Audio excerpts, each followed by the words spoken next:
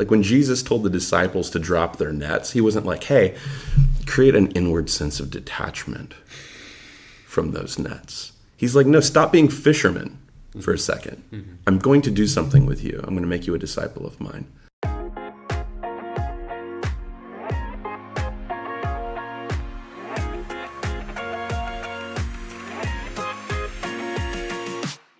Well, welcome back to another episode of the Living Sent podcast. I'm your host, Justin Wester. For those of you who are new to the show, this podcast releases a new episode on the first Wednesday of each month, all with the purpose of helping you live like an everyday missionary in your household, neighborhood, workplace, and city. You know, after today's episode, you're going to want to get the show notes. These show notes are made available to you for free, and you can get them by swinging over to my website at justinwester.com, navigating to the podcast tab, and downloading them from there. Not only will they give you a complete recap from this episode, they're going to give you further questions, more content that you can use with a small group from your church or a few close friends that want to dive deeper into what is discussed right here. So make use of those today. Also, a big thank you to those who are continuing to rate and review this podcast. If you've never taken a few moments to do that for this podcast, I'd encourage you to do that right here, right now. Wherever it is that you listen to this content, go ahead and rate and review it. When you do that, not only does it encourage me, it's a gift to me, it also helps to expand this podcast reach as well. So if you believe that this content would be valuable to others, be sure to rate it, review it, and even share it with a friend. Well, I'm going to go ahead and stop talking and get right to this interview because I know it's going to encourage you. Today, you will get to hear from James and Kristin Barnett. They both lead a nonprofit called Neighborly that seeks to help others see, love, and join those who are on the margins of society. And their home base is right here in Tallahassee, Florida. And on top of that, they practice biblical hospitality. They're welcoming strangers and loving those that live right around them. They have an amazing story, and I know it's going to encourage you to live sent this week. So here we go. My interview with James and Kristin. James and Kristin, welcome to the Living Sent podcast. Living Sent podcast. I am incredibly excited for you two to share your story here because I think you guys and your family just have so much to offer in terms of what it means to not only live out your faith, but I think you embody many of the ideas that are surrounding Living Sent, and you're doing all that right here in Tallahassee. So I'm excited to spend the time with you guys and for you to encourage the listeners of this podcast as well. So just so everybody knows, James, you and I have known each other for a really long time. I don't know if I've ever told you this, but you are actually part of my kind of salvation story. So Lindsay invited me You're kidding. No, Lindsay invited me to watch you play music. That's what she said. Play music. Play music. And so, oh my gosh, I played in front of you. No. Yeah. I played in front of you. You did. The great shredder of all shredders. So she said, he's playing music at E3. And I didn't go to church growing up in Tallahassee, so I had no idea what E3 was. And it was a church. Super postmodern, artistic, super, cutting edge, coffee served up. And I walked through the door, and it's a church service. And you were up there. And so really, in all seriousness, that was kind of the event that God used to get my attention spiritually. So I don't know if you knew that. Hey, but no, I absolutely. That is wild, dude. Yeah, man. So for those listening who do not yet know you guys, there may be some that are familiar with you.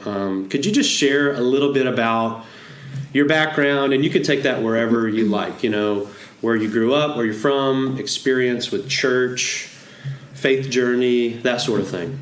Yeah. First off, thanks for having us on the Living Sent podcast. Yeah, man. What a freaking treasure this is. Truly, honestly, your vision for it is so beautiful. And I think really the incarnation sits at the heart of it. And so to be able to hopefully to contribute to your vision is really a meaningful gift. Yeah. Man, thank you guys. Yeah, so we've been married almost 10 years now. And we moved back to Tallahassee probably about 3.5 years ago. But James, do you want to start with like your own personal story? Sure. Yeah. So I grew up in the church as a fetus. I was going to church. So even before I was born, really very religious person. Yep. early on, my parents, had me dressed and ready for church in a baptismal gown, what they called it was a dress. I was in those. Yeah, you got one of those photos, Yeah. like those Yeah. classics. Well, and I had the high socks and the shorty shorts. Oh no! Can you believe what they did to us? Yeah. Do you do that to your kids? No, not yet. Yeah, that's probably one of our values is to not do that to our children. But I grew up in church, worshiping, and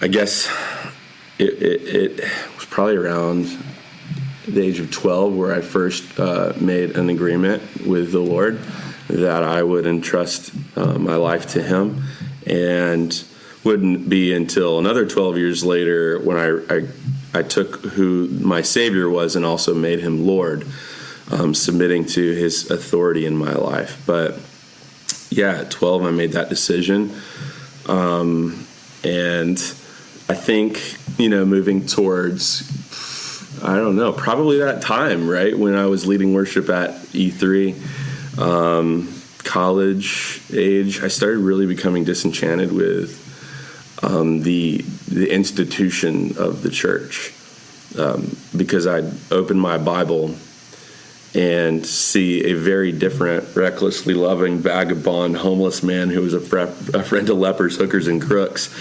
And then I'd look in the sterile sanctuary that I sat in apathetically, as the time of the culmination of my faith, that within this hour I was to faithfully carry out what it meant to serve God, to love Him fully.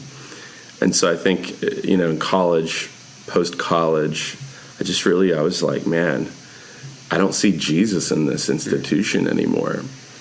And if I want to find Him, I thought I'd start by looking where He said He could be found in the Scriptures, which was in the distressing disguise of those at a disadvantage, the poor.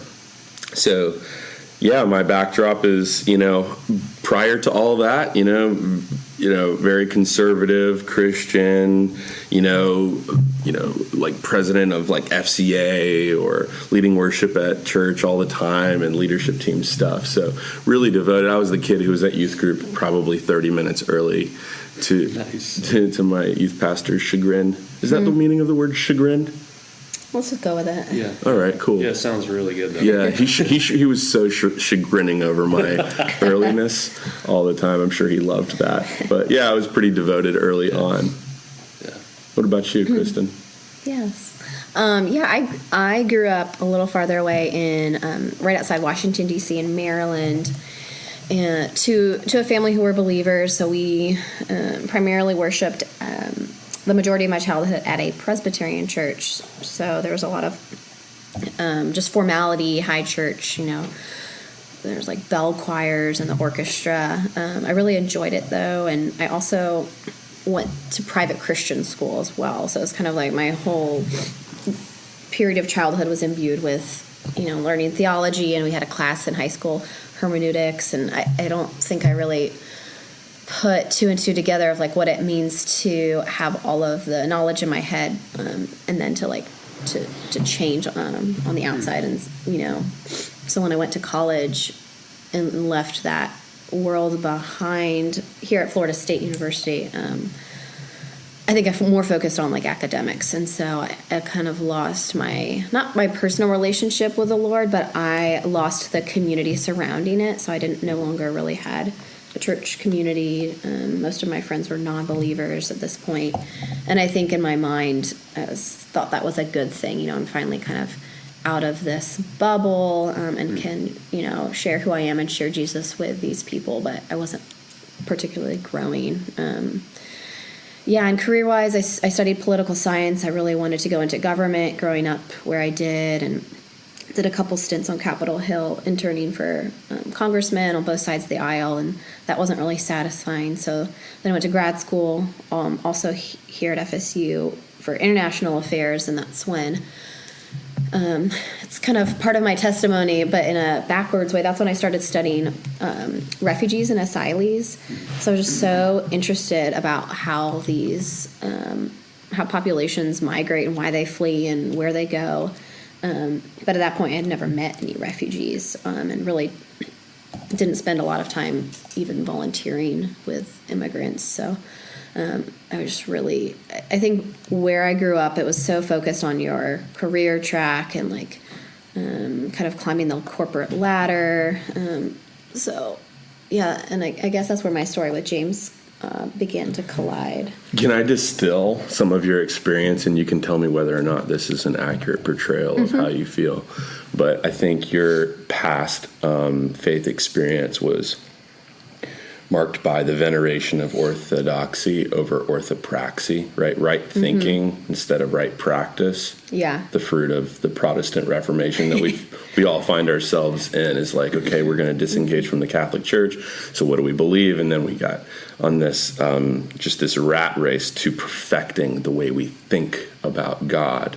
And I think while my church experience was a little similar, it was the Methodist Church, and it was very social justice. And so I think I sort of escaped some of that.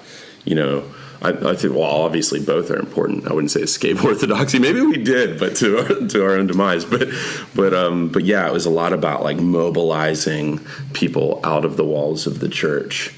And so I really am grateful for that. So we actually came from kind of two different worlds in that way, wouldn't you? Yeah. Would you agree with that? Yeah, exactly. Yeah. So while you're at Florida State, you've been going around the U.S., right? Yeah. So kind of where I left off in my story was post-college, working for J.P. Morgan Chase Bank, making bank. And I felt like the Lord was like, dude, you actually, there's too much to say here. But let me just fast forward and say, I was working for JP Morgan Chase Bank, doing really well financially for myself. And right out of college with an art degree. So, hey, anybody can make it if that's what you take away from the podcast. You, too, can do this. But you know what happened was, so a friend named Brad Gortney here at Canopy Roads Church was like, dude, we're going to Nicaragua. And it's just more of an exploratory trip. And so he, myself, and Vicky Brokaw, and as well as another individual, went out to Nicaragua, hung out with the Busbys. I met Miss Ruby, which I'm sure some of your listeners are familiar with her. She's since passed, but she, was this Christian who just radically poured herself out at the feet of Jesus in one of the most distressing places on earth, in this dump called La Chureca. So, hey, Brad is like, yeah, you should come with us to Nicaragua. And so I was like, all right, yeah, sure. Like, so I took some time off from work. I went. Miss Ruby spoke some things over me that like a prophetic little 4 foot tall Nicaraguan Yoda. She was like, your obedience isn't defined just by what you don't do, but by what you do for the world your God so loved. And even though I had this backdrop of, caring for those in the margins, my life, it wasn't marked by it. And I think that was the real difference. It was like we Christians, we accept, like we say the Apostles' Creed, like that Jesus was born, he suffered, and he died under Pontius Pilate. We talk about his death as a means to salvation, but dismiss his life as a volunteer opportunity in our free time. That's exactly what I was doing. And so she really just kind of challenged me to rethink what faithfulness to Christ looked like. And so I'm coming back on the plane, flying back to the States after that trip, reading Irresistible Revolution by Shane Claiborne. Have you read that? I have, yeah. Yeah, that was the anthem for our generation. Did it affect you? Did you? Yeah. It was like a hand grenade to the face. Was it really? Yeah. A hand grenade to the face. Wow. That's close and personal. So, Yeah, so that book, along with like Isaiah 58, Amos 5:21-24, I think Jeremiah 26, like God consistently said, like, he didn't really even mince words. He was just like, hey, like, concern for those at a disadvantage, relationship with those at a disadvantage is what it means to know me. I know that gets into some hairy territory, but it says it. And so we have to do our work with it. It's on the table. And these scriptures really were a scathing indictment to my apathy up until that point. So I come back home and I'm like, you know what? I'm going to quit my job, sell everything I own, and go live on the streets with people in the margins. For me, it wasn't like, oh, I had this radical experience in Nicaragua. I'm going to go move to Nicaragua. That's kind of, a lot of us feel after a missions trip. But for me, it was just kind of like, there's that story actually in Scripture. I think Jesus is like healing a blind dude, and he's like, don't tell anybody, but go home. Mm-hmm. It was either that, the guy was lame. What, you correct me, which is it? Yeah. The guy was blind? Yeah. Okay, so he heals this blind guy, and he's like, go home. And like, that is like the least exciting thing anybody could ever tell you after you have a radical run-in with Christ. Go home. Mm-hmm. Mm-hmm. And like, treasure these things in your heart. And so don't grow your platform. Don't write a book about it. Don't try to get verified on social media or whatever. Don't grow your impact. He's just like, go treasure it, So anyways, I go home. I come back to Tallahassee, and I'm like, man, I'm going to get a little bit closer to this very uncomfortable reality of homelessness that I didn't know much about. And so that's when I was like, yeah, I'm going to go be homeless.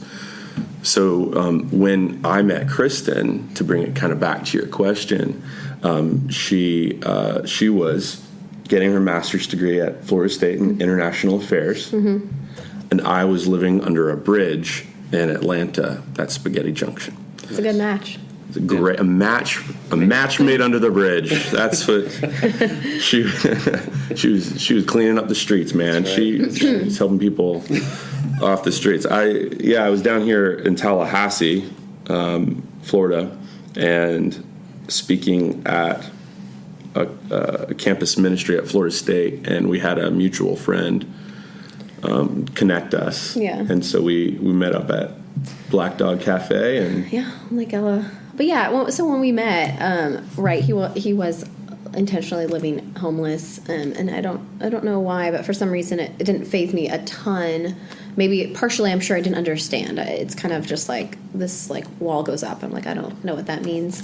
And that was super attractive to me because, like, for years, everywhere I went, I was novel. I was a radical, air quotes, Christian. Yeah. And eventually you're like, well, this is really unhealthy for people to think this. I need to be in community where people can see my sin clearly, right? But here's this woman I met who was not impressed at all.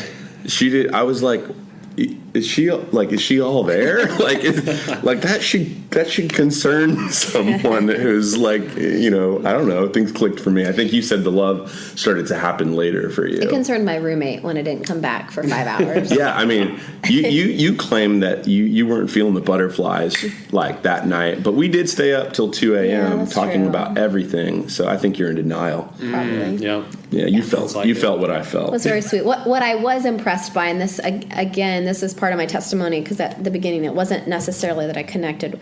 James is doing this because he's in love with the Lord. I was so fascinated because he had started a nonprofit, and so I'm in this space where I'm thinking, hopefully I'll work for the UN, and if not that, maybe foreign service officer, and if not that, just like a local nonprofit. Wait a second, you were using me as a resume piece, weren't you? That's what you were doing. It was researching. You were looking for a job to put on your resume so that you could then leave me and go work for the UN. Mm-hmm. I think unpaid research assistant. Dude, this is this is a counseling session. Yeah. You want to unravel that? Let's talk about that. But at the time, he was also traveling internationally, right? So he was working in Haiti. I don't know. I think you were starting to work in Kenya when I first met him. Yeah. So yeah, that's what I want to do. I did not want to live in the U.S. Just because I had gone abroad a few times for different things, and that was just like my goal. And it wasn't necessarily motivated by, I think God is calling me to do X in X country. It was just like, I think that would be really fun. And so, yep, we started dating. It was a really quick engagement. He proposed about 2 months later. I was desperate. I was running out of options. I was 28.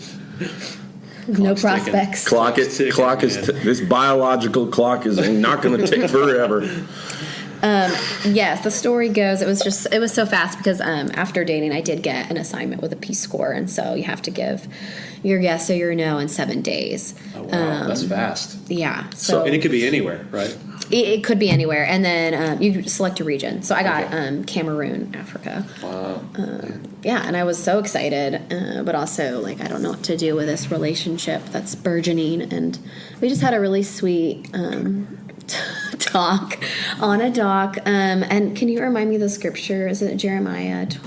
Yeah, it's in 29. 29. Yeah, and the Lord says, pray to the city in which I've sent you into exile, or pray to the Lord on its behalf, for in its welfare you will find your welfare. And it's Jeremiah saying, like, so Hananiah, the false prophet, it's him. Jeremiah is responding to this false prophet that was like, hey, you're not going to be here too long, don't settle in or whatever. And to the Israelites exiled in Babylon, and so Jeremiah's like, no, like, you're in timeout. You've been bad. You should settle in. You should buy houses, marry people, plant vineyards, and then harvest the grapes. And so in that, I was just like, yeah, you should go. If the Lord has called you there, you should invest yourself. Even if you're not going to be there for long, whatever, go be rooted. Yeah. Yeah, it was a 3-year thing. So that was really cool, and we kind of like briefly talked like, well, what if we did a shotgun wedding and he came with me? A neighbor, like a Clothe Your Neighbor at the time, like his nonprofit could come. On the dock out at Bradley's Pond. Yes, it was very... While the moss was swaying in the tree. It turned out to be very anticlimactic, because the next day I did call my officer back and was like, I'd love to accept, and also like I have a fiance, and they're like, whoa, you can't bring someone. That was a deal breaker? Well, yeah. She didn't even, that was a lie. You're supposed to mention all of that. There was no fiance, because I proposed later. That wasn't even my proposal. Part of the application, it's really rigorous. You cannot be in a relationship. Okay, gotcha. Or if you are, you have to be married at least 1 year. I don't know what they're thinking. Wow. It's not like the first year or two of marriage is complex or difficult for anybody. That's right. Yeah, it's a breeze. Living in a developing country seems like a good environment in which a marriage can thrive. Yes. But yeah, so that just kind of pushed us a little bit faster than normal. So yeah, we got married and moved to Atlanta. So we lived in Atlanta for a few years, then South Dakota for a few years, in our Jeep for half a year, camping. All that time, I was actually working for like the private sector. So I was in like paralegal duties at multiple law firms. Just not, wasn't really meaningful to me, but they were good jobs, and so on the side, I got to volunteer and like tutor or teach English or mentor refugees, but it was never my full-time thing, and I just was always longing for that. Even our first year of marriage, we joked that I'm still tempted to do this, but like I started applying to jobs in like Tegucigalpa, Guatemala, and I was like, hey James, I have an interview. Yeah. And he's like, what? Yeah, an interview to live in another country that I knew nothing about. Where's Tegucigalpa? It's Guatemala. So just like it was Guatemala? I thought it was Costa Rica you were looking at. It's Guatemala. I was also. Yeah, so like, James, I have an interview in another country. I was just very impatient. Oh my gosh, like maybe you run things by me. Yes, I was desperate. But yeah, so about after 7 years of that, God did give me the... I'm just realizing the weight that was on you. I'm sorry, I didn't know it at the time. That's okay. Yes, the grace and kind of just the... I don't want to say bravery, but I did end up quitting my job in the legal field, and then that's when I started working for Neighborly. So now this fall it'll be 3 years. And we really didn't have much ironed out. I hadn't support raised yet, but I just felt like this is what we need to do. So, yeah, when I meet a lot of people here in Tallahassee, I think they just assume that's what we've always done, like as a couple. But it's kind of more a recent part of my story. So what year did you guys get back to Tallahassee? 2000, was it 16? The end of 2019. 2019. Right before the pandemic, yeah. Okay, gotcha. So I kind of want to zero in on what you guys are doing right now in Tallahassee. Yeah. You had me over to y'all's place. Like, walk us through a little bit of some of the conversations that you guys had that led you to look for a home in which you could practice some of those things. Because I know James's heart, I know your heart as well. It's like you wouldn't want a home that was completely separated from the organization. It's like you see these kind of as marrying together and like being one and the same. So what were some of the conversations that led you guys to look for a house where you could do some of this stuff? Yeah, so first, Kristin mentioned neighborly, and I don't think we've really discussed what that is yet. Go for it, She's referencing our nonprofit organization, which aims to deinstitutionalize charity, really mobilizing the church to mimic the incarnation of Christ, who put on flesh and joined us in our mess, our chaos, to bring about his peace. So that's a wordy way of saying, like, we help people at a disadvantage in a way that's relational. And we're really just like, we're the ones who like activate those relationships. So like moving back from there a little bit, like one of the first conversations and experiences I ever had was with a sort of semi-monastic, I guess maybe new monastic house that was in Gainesville, Florida, called the Greenhouse or the Catholic Worker House. And what we saw there was not a model of, and this would become important later on in life for me, this phrasing of, it was a model of intimacy, not efficiency. And everything I saw up until that point of poverty alleviation, those were models of efficiency. And you got to ask yourself, man, with a Christ who put on flesh and joined us in our filth, what was his model? Was it snapping his fingers from a throne and being like, here's some forgiveness for you? Or was it like, I'm going to enter in, I'm going to bear the weight of your humanity on myself and suffer to the greatest degree? That's a love story, right? That's intimacy. And so I saw this greenhouse really letting their theology turn into practice in the way that they welcomed strangers and had people living in their home. It was just a normal, like, just picture a normal house. It was kind of 2 stories, pretty. It was an old historic house downtown Gainesville, but it was also just like a normal person's house. You walk in, there's rooms to the right, a couple bunks in each room. To the left, there's a dining room with a piano. There's a guy playing piano. There's a dining room to the left with lots of tables.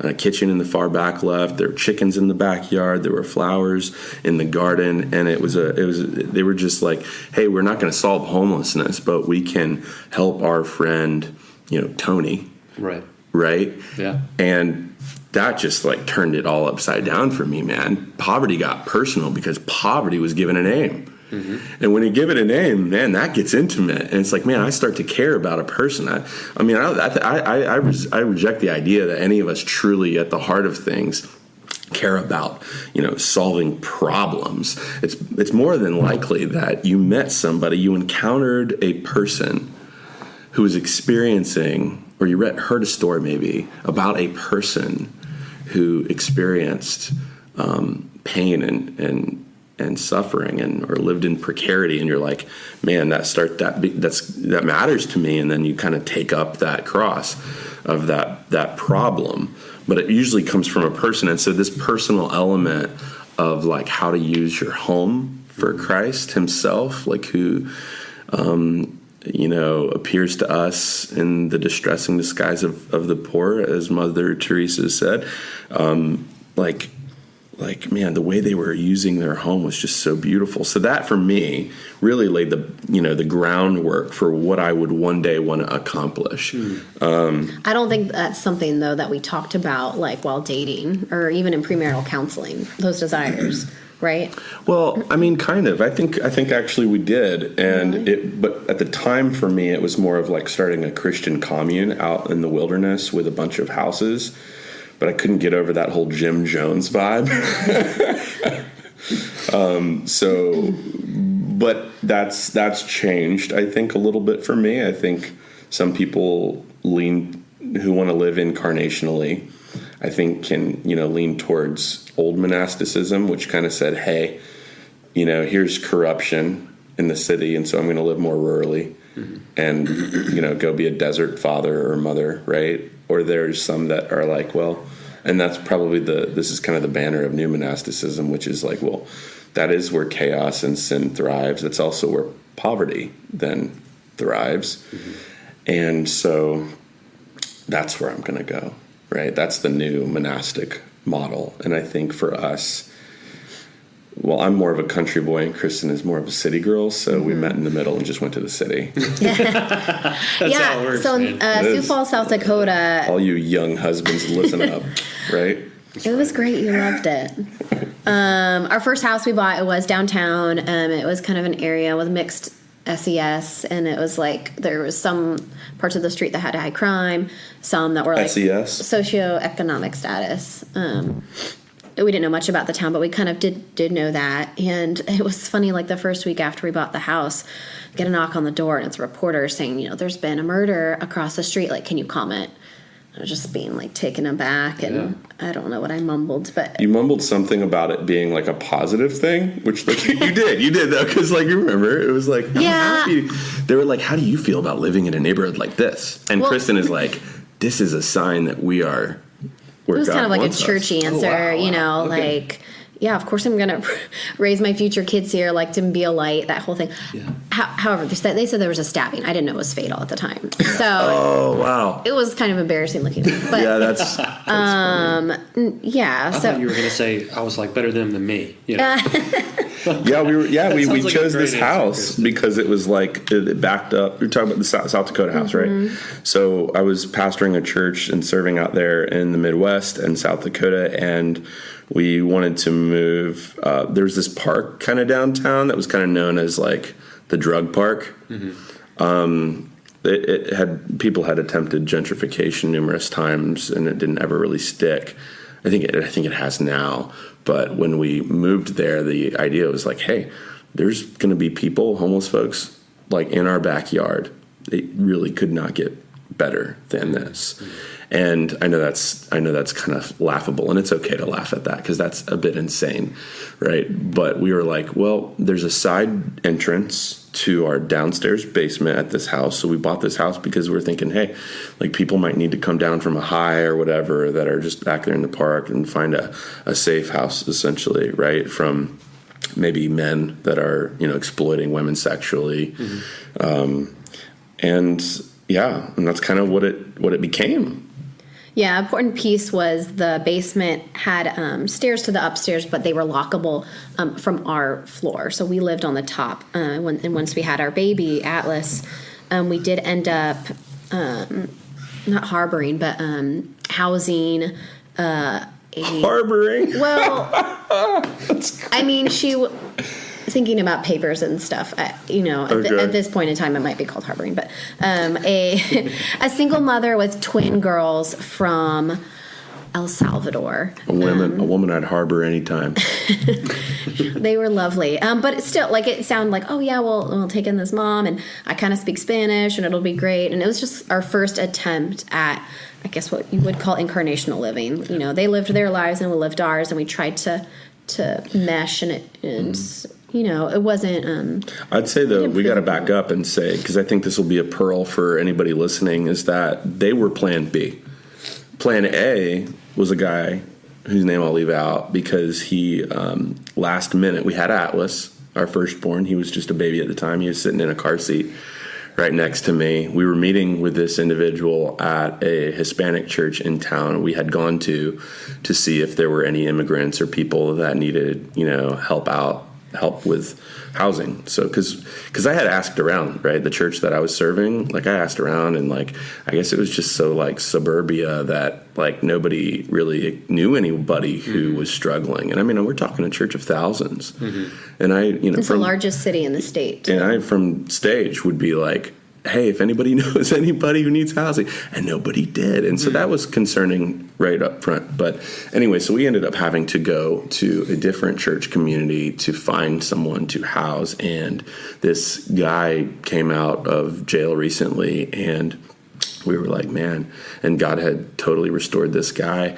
But anyways, we were having this one meeting at this church, and I'm just like sitting there looking at Atlas, and I just get this nudge from the Lord. He's like, pick Atlas up and kind of bounce him on your knee. And so I do that as I'm talking with this individual. We're just trying to get to know him before we say, hey, yeah, come live with us. We just get an interview, right? Yeah. And the guy just started weeping. Like, he broke, man. The rain clouds just... And he just started weeping, and I was like, this is like a really holy moment, right? And he just said, you should know that I have molested children. But God has totally, radically changed my life. I'm a new creation now. So we spent some time affirming that new creation that we were looking at in front of us.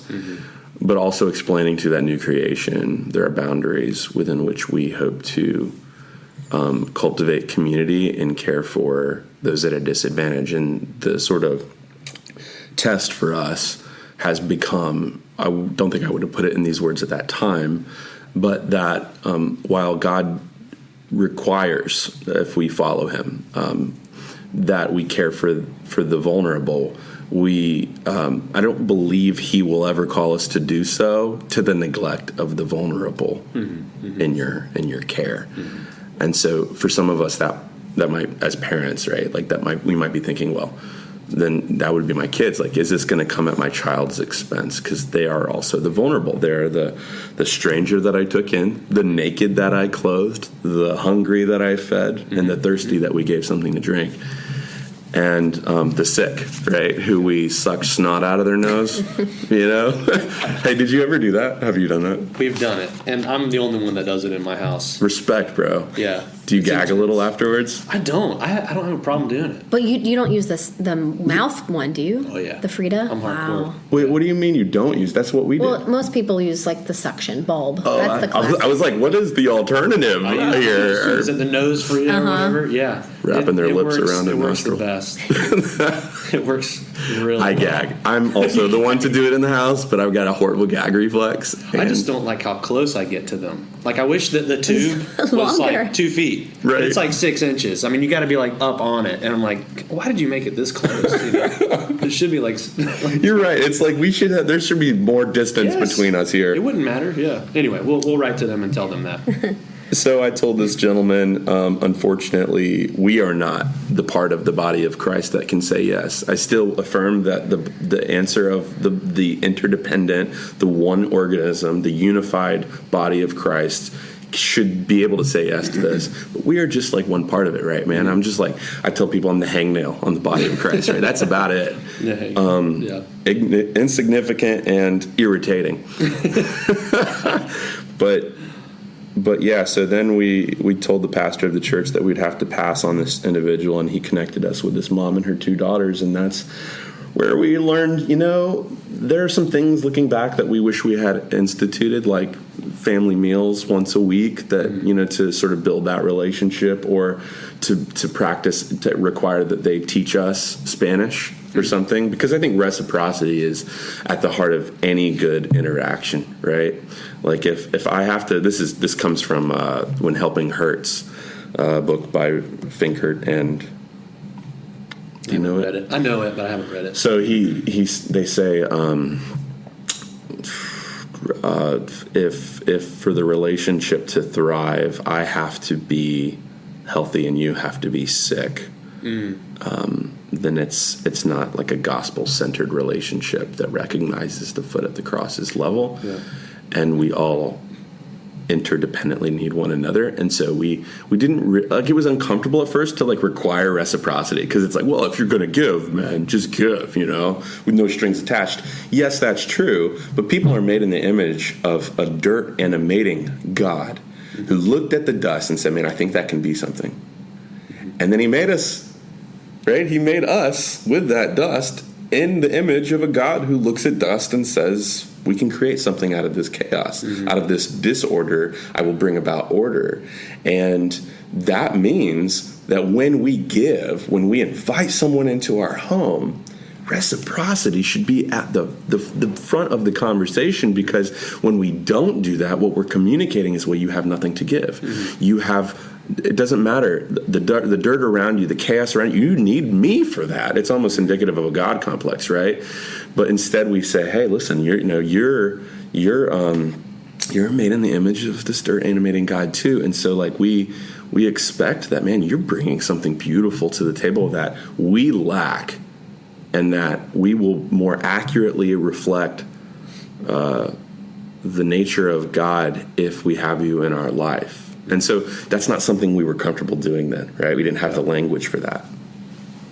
So you all have people coming in and out of your house regularly, and you've opened your home to all kinds of people that either need a temporary place to stay, they need, a spot to crash while they can secure housing themselves.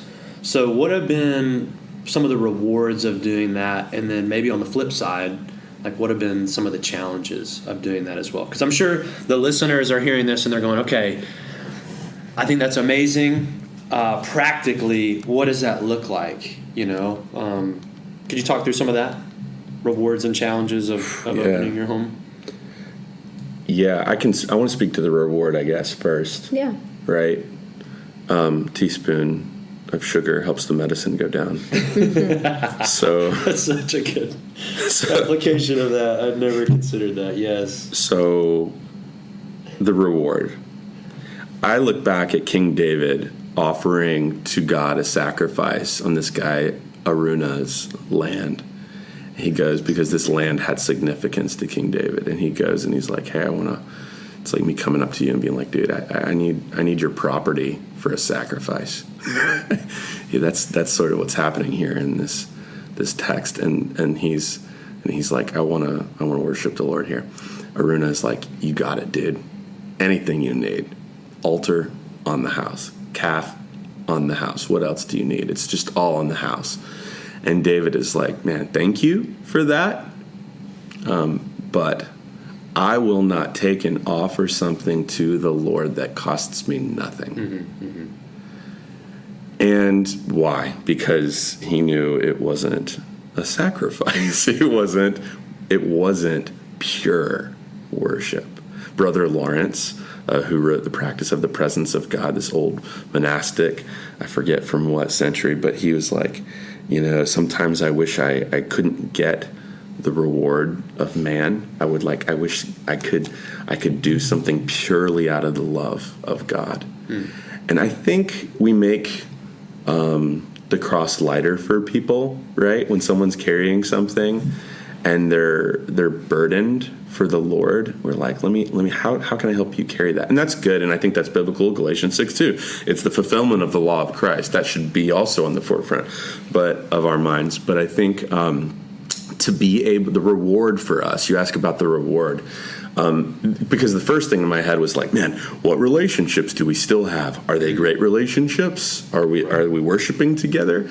No, a lot of times. Sometimes yes, but mostly no.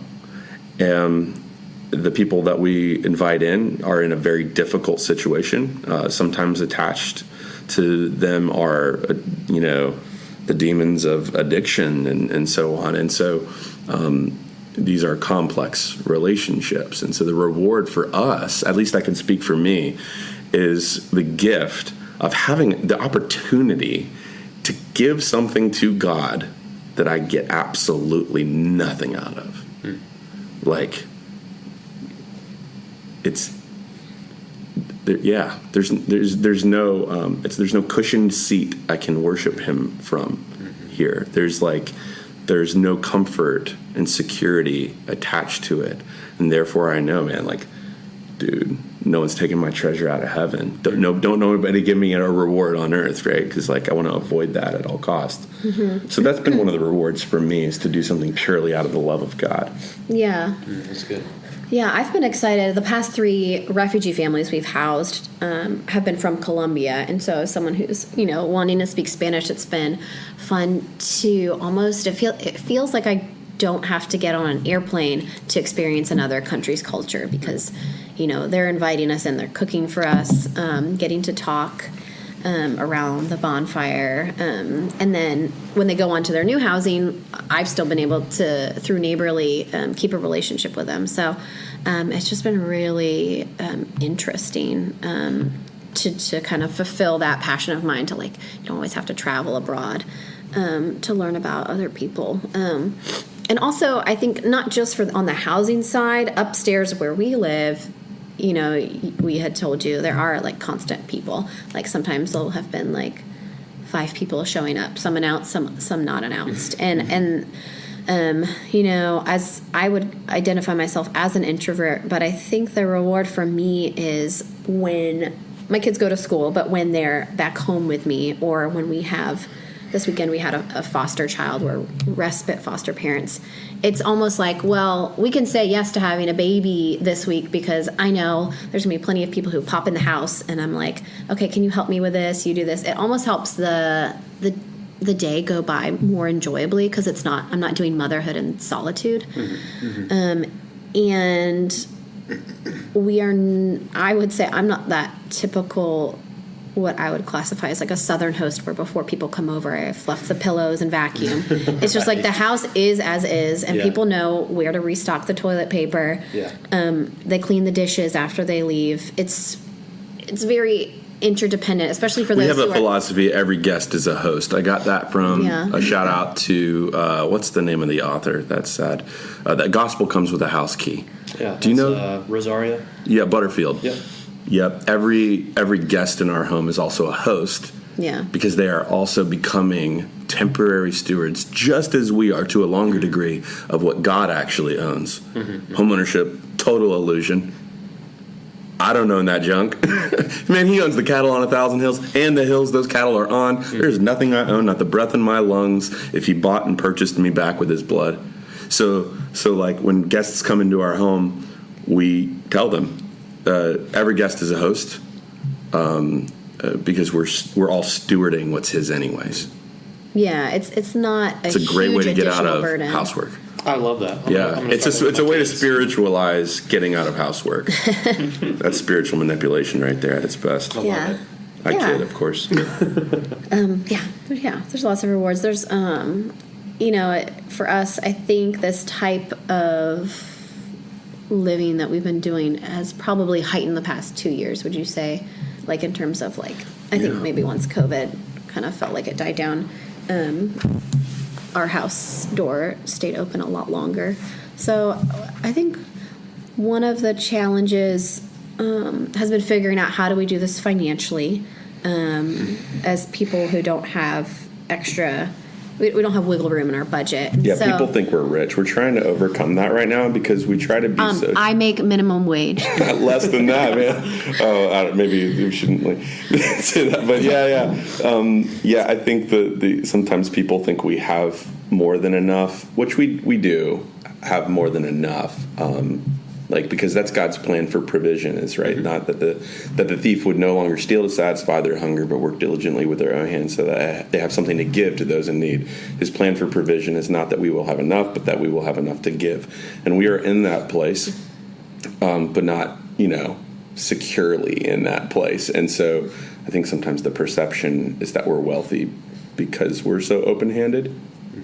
Yeah, and it can just be difficult, even maritally, trying to just can be stressful. One thing that... Kristin is my Azer. The Azer, the helper in the scripture, the one that rescues. I'm way too open-handed to my own, We're doing the cash method in September. Did I tell you that? That's what she said. The envelope system. I'm not sure I'm gonna Dave Ramsey that one. But one piece we've implemented is reorienting how we think of the tithe and generosity. So part of our grocery budget, almost a quarter is not feeding us, it's feeding other people. So instead of kind of being stressed, okay, there's another person coming over for lunch. Well, no, that's built in. And we are free and happy to go to the store and make a good meal. I don't know. We might do the same thing with utilities. But yeah, just figuring out, how do you, and there's different levels. Like it's also part of our job. Our job is semi part of this. And so if you have a different 9 to 5, the way you live incarnationally will look different. So can we kind of go there for a little bit? Yeah. So, some of these people listening may be saying, okay, you got me. It's like hook, line, and sinker. I'm interested. I kind of want to reorient some things. I may not have the exact same setup. Like if you were to coach somebody just getting into it, they don't know how to swim yet, and you're teaching them to swim. Like, how would you baby step them along to begin kind of exploring this?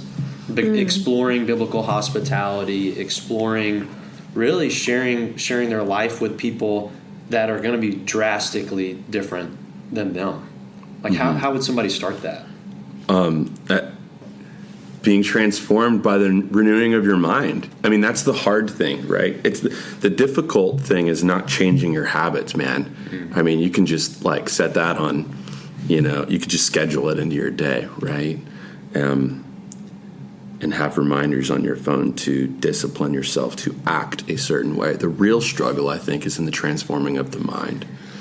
This is what Paul says, right? Because from the mind come actions, actions come habits, and habits come character. It's not easy to change your character, but it is, or it's easy to change your character in a way, but not so much to change your mind. And I think we have to have the mind and the mentality of Christ. So Paul in Philippians 2 says, hey, your attitude should be like Christ, who, though he was equal with God, that's not even our position. Like, let's just get up that up front. Right. We can't even pretend to be like Christ. But to the greatest degree that we can, he who was equal with God, therefore us, as Isaiah 40 describes us as grasshoppers, these mere grasshoppers before the throne of God, like we should, like him, become like nothing, is what the NIV puts it that way, or and like he took on the posture of flesh, this idea of this incarnational living, the God who took on flesh, is just this. Mother Teresa called it descending into greatness, or Henri Nouwen called it downward mobility. It's thinking, man, like, where are the thrones in my life? Where's the crown, right? Like, so in Revelation, it talks about these 24 elders, right, who've got these crowns on their heads, and there's gemstones. There's some sweet puppies in there, and they're just like tossing them down on the ground before the king.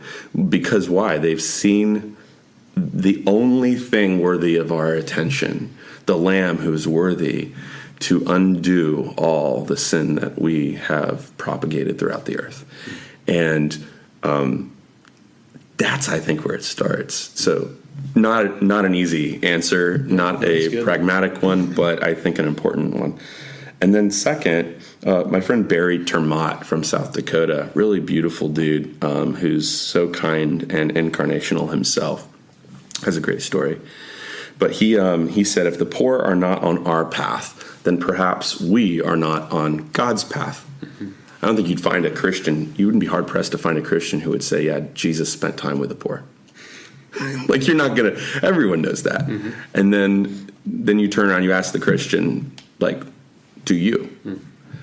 And usually the answer, and it depends on who you are, right? But I think for the majority of us, it's no. And which shows us the bigger problem, which is that we've bought into a definition of following Jesus that does not include imitating him. So, if the poor are not on your path, well, move. Like, move your body. God made his move. Romans 8 says that all of creation is waiting in breathless anticipation for the sons and daughters of God to be revealed. He is waiting for us to make our move. He made his. And so I think the first step I would take is like like move my body, like physically move. Like when Jesus told the disciples to drop their nets, he wasn't like, hey, create an inward sense of detachment from those nets. He's like, no, stop being fishermen for a second. I'm going to do something with you. I'm going to make you a disciple of mine. It wasn't that he called them to a life without nets. It's not like us Christians here today are like anti-net.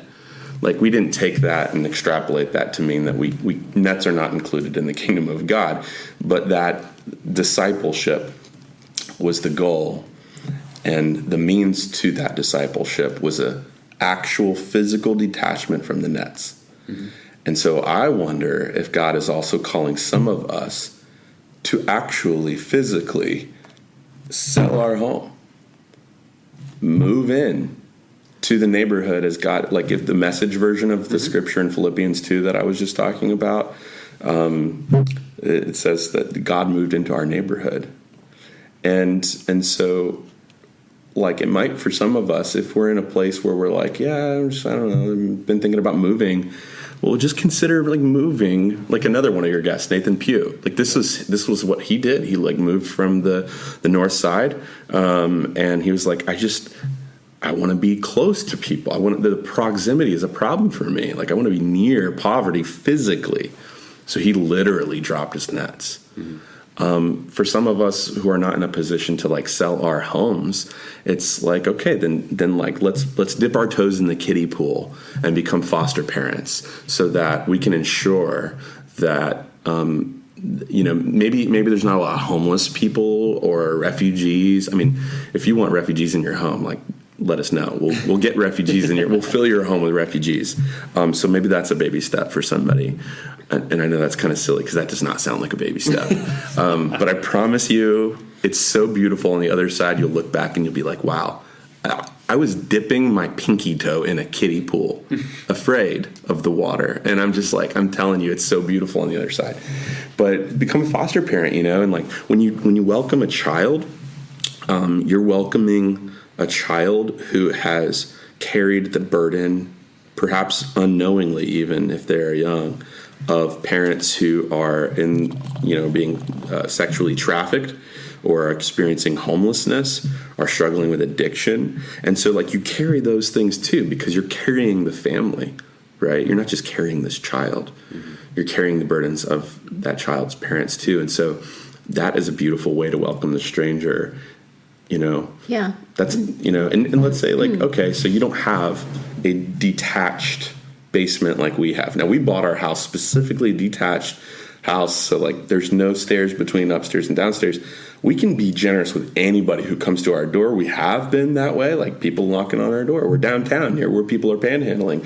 And I'm like, heck yeah, dude. I'm so lazy sometimes. Like it's helpful for me for you to come knock on my door. The fact that remember when we first moved in, we had like homeless dudes like laying in the shade of our tree in the front yard. And it got a little weird. He was also peering in our windows, and therefore I put like cameras all over the house, and there's a lot of mental illness coming our way. Yeah, we have boundaries, right? James was sleeping, so I'm not gonna let someone in that I don't know.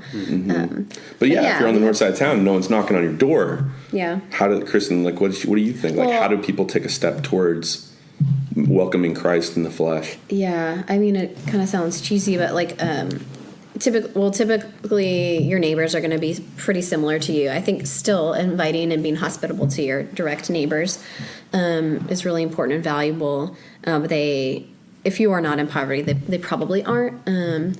So I'd say like figuring out what your interests and passions are, and like looking at different nonprofits, or if you know of churches that are really intentional, and asking, how do I get involved? Because if you yourself can't find someone, people like us at Neighborly, we can match you up. So if you're interested in, like James said, refugee families, or people who are laborers at labor pools, specifically the refugees, I'll say, they are all background checked. They've just come through lots of prep to get here. And so we also background check people and just kind of match them up. And it can start small, like just do you guys want to go meet at a park, right? Have a play date. It doesn't have to start with like you inviting them into your home for a night. It can just be a meal. It can be taking them grocery shopping. It can be taking them to the groceries or to the doctor's visit.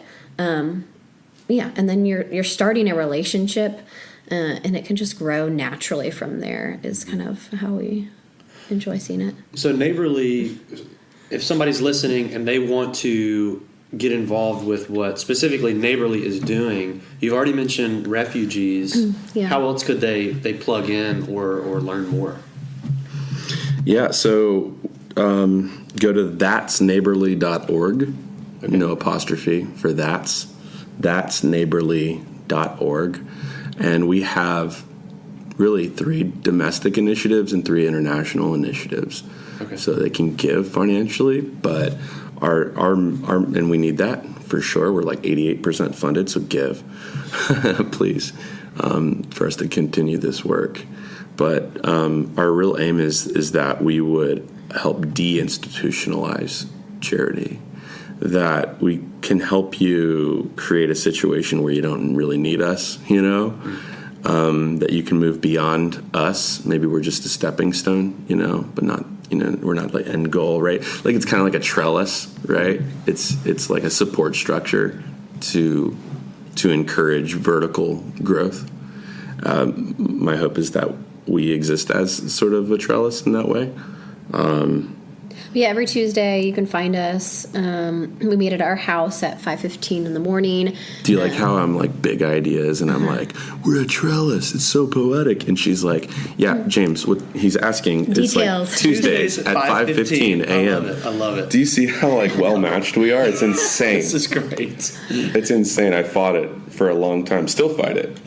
But anyways, tell the people how they can. Why are they meeting at 5:15? Yeah, your house? Yes. What's happening? So we gather a team of volunteers, and we kind of meet and pray, and then we go out into groups. We have 2 labor pools that we've partnered with, and we provide breakfast to day laborers who are mostly in construction, so they can get a hearty meal before they go off to their job sites. Most of them are homeless. So when I was homeless for 2 years, I had a lot of friends that would find work at labor pools because very low barrier employment. It's a temp agency, but like for the day, you could just go, like based on like whatever you can go right now. You can go. You got some steel toe work boots, some gloves. You can go work. And so if you're able, and this is like sometimes when people tell me that that are panhandling or whatever, I'm like, are you able to work?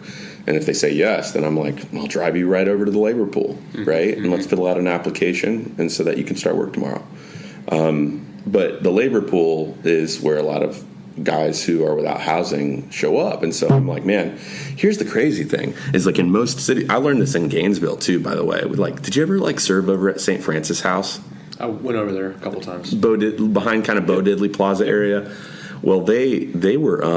This was a struggle that they were encountering, and I saw this. I saw that the people who were going to work were missing out on those feeding programs because the people who were up early enough at the labor pools. See, that's the 5:15 a.m. thing. Yep. Man, I'm not. That's a pulling King David moment where it's just like, man, I literally get nothing from this. In fact, everything is being taken from me. I am a zombie at 5:15. I know this is a pure offering to God because it hurts. But that's the thing is like, so we go out there, we serve breakfast to these guys that are missing out on the feeding programs that don't get served until later. Right. And almost every city, right? Some cities, they do the early morning breakfast so that these people who are trying to overcome their obstacles are equipped. But the system is just really not set up to empower, but rather to enable people.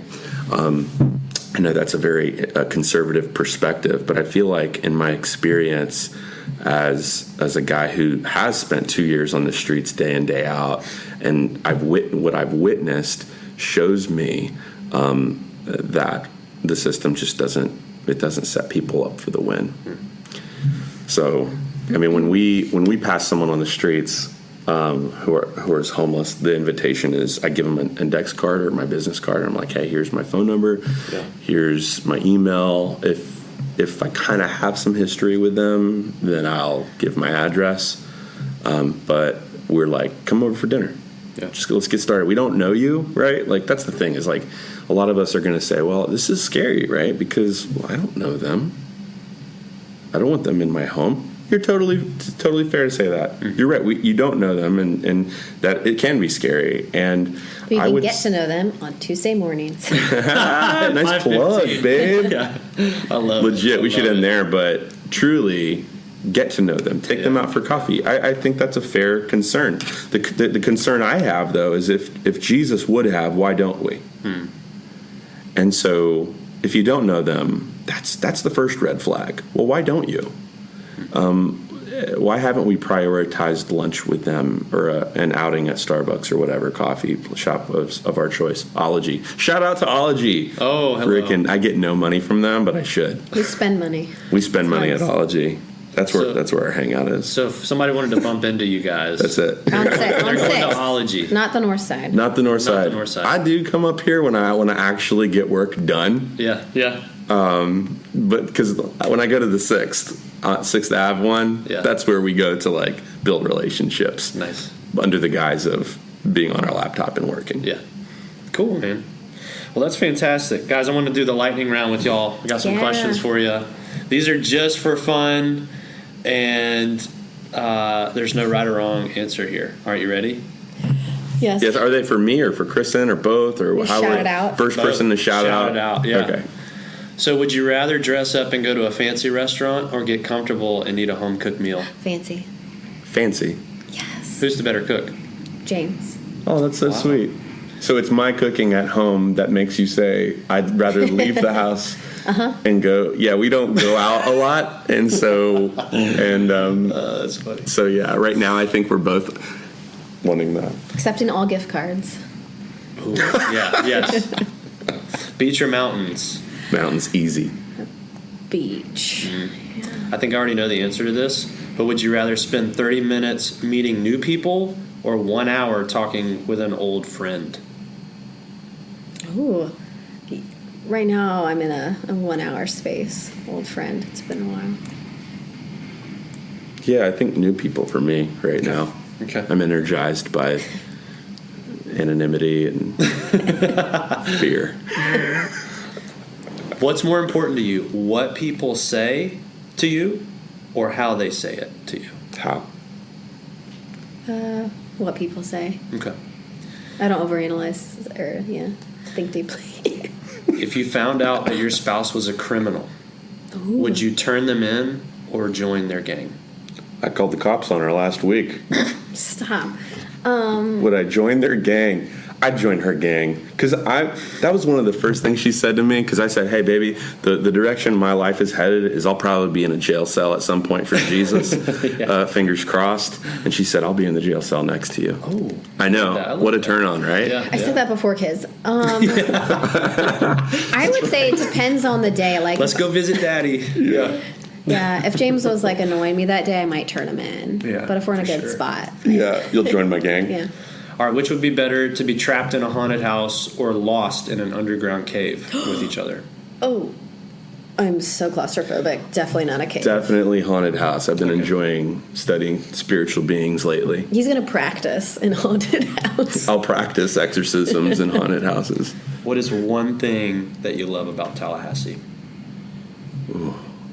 I'm really excited about, I think there's a new culture emerging in Tallahassee that I've never seen until the past few years.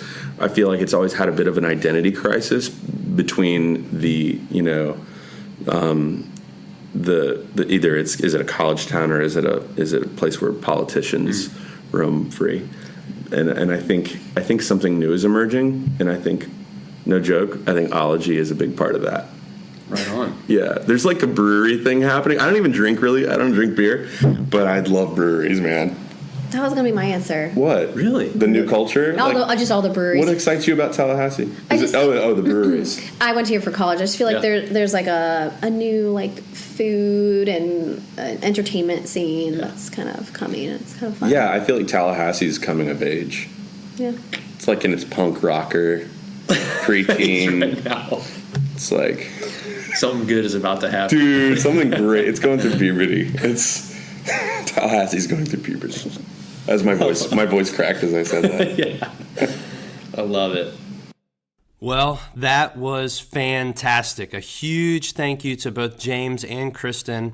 If you'd like to learn more about James and Kristin and the organization they lead, just head over to that'sneighborly.org. That's neighborly.org and browse their site. Also, there are a number of questions that we just didn't get to during this interview, but if you'd like to reach out to either of them, I'll provide their contact info in the show notes. Just head over to my website at justinwester.com, navigate to the podcast tab. You can download it there and reach out to them through that. They would be more than happy to touch base with you and talk more about what it means to love and serve those on the margins. Well, that's all for this month, and remember, you don't have to live sent. You get to. We'll see you next time.